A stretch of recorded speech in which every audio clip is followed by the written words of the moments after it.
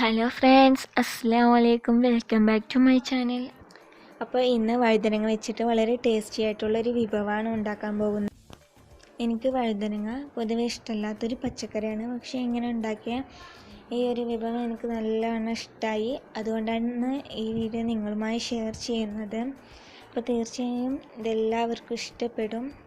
അതുപോലെ എൻ്റെ വീഡിയോ ഇഷ്ടപ്പെടുമെന്ന് വിചാരിക്കുന്നു. അപ്പോൾ വീഡിയോ ഇഷ്ടമായ ലൈക്ക് ചെയ്യുക, ഷെയർ ചെയ്യുക. ഇതുവരെ ചാനൽ സബ്സ്ക്രൈബ് ചെയ്യാത്തവരാരെങ്കിലും ഉണ്ടെങ്കിൽ സബ്സ്ക്രൈബ് ചെയ്യുക. ഇനി ഇതെങ്ങനെ ഉണ്ടാക്കാൻ നോക്കാം. അതിനായി ഞാനിവിടെ കുറച്ച് വഴുതനങ്ങ എടുത്തിട്ടുണ്ട്. അതിൻ്റെ ഈ ഒരു നെറ്റ് ഭാഗം ഒന്ന് ഒഴിവാക്കി കളയാം.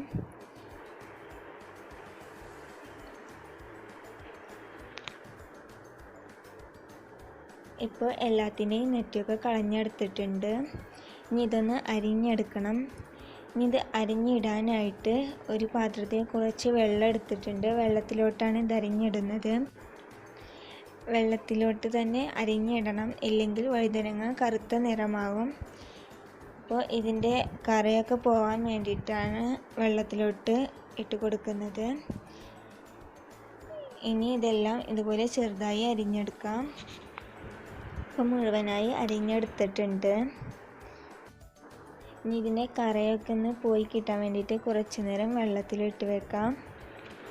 അതുകൊണ്ട് ഇതിലേക്ക് കുറച്ച് ചുവന്നുള്ളി ഇതുപോലെ നീളത്തിലാണ് അരിഞ്ഞെടുക്കേണ്ടത്. കനമില്ലാതെ നീളത്തിൽ അരിഞ്ഞെടുക്കുക.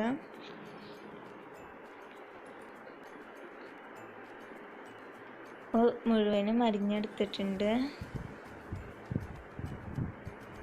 ഇനി ഇതൊന്ന് മാറ്റി വെക്കാം.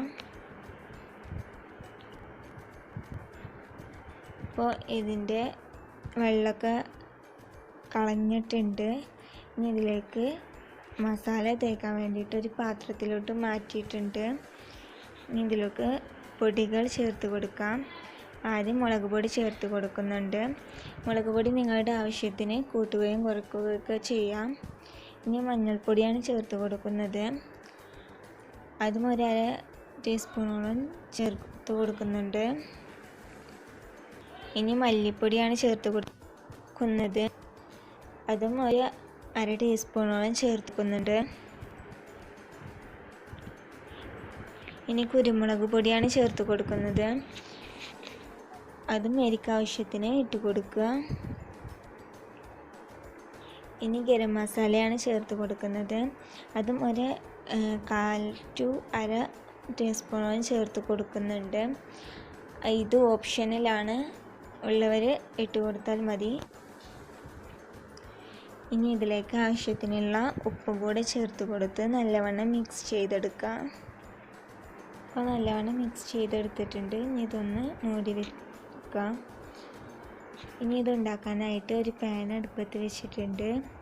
ഇനി ഇതിലോട്ട് കുറച്ച് വെളിച്ചെണ്ണ ഒഴിച്ച് കൊടുക്കാം.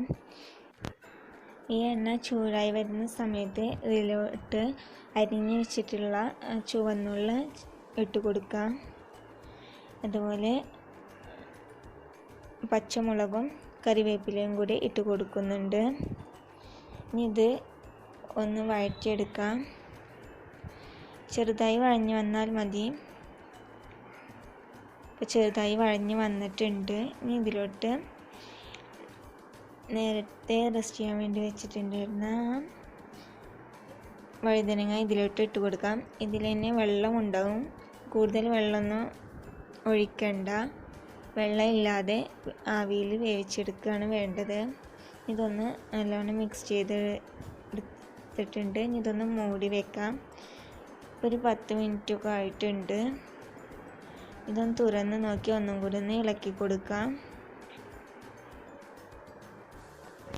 ഇനി ഒരു 5 മിനിറ്റും കൂടി ഒന്ന് മൂടി വെച്ച് വേവിച്ചെടുക്കാം.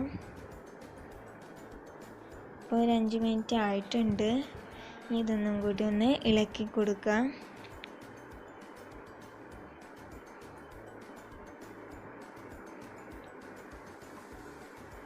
ഇതിൽ ഉപ്പുണ്ടോയെന്നൊന്ന് നോക്കാം. ഇതിൽ ലേശം ഉപ്പ് കുറവുണ്ട്. അപ്പോൾ കുറച്ച് ഉപ്പ് കൂടെ ഇട്ട് കൊടുത്ത് ഒന്നും കൂടി ഒന്ന് ഇളക്കി കൊടുക്കാം. അപ്പോൾ നല്ലവണ്ണം ഇളക്കി കൊടുത്തിട്ടുണ്ട്. ഇനി ഒന്നും കൂടി ഒന്ന് മൂടി വെച്ച് വേവിച്ചെടുക്കാം. ഇപ്പോൾ ഒരു 5 മിനിറ്റ് ആയിട്ടുണ്ട്. അപ്പോൾ ഇത് നല്ലപോലെ വെന്ത് വന്നിട്ടുണ്ട്.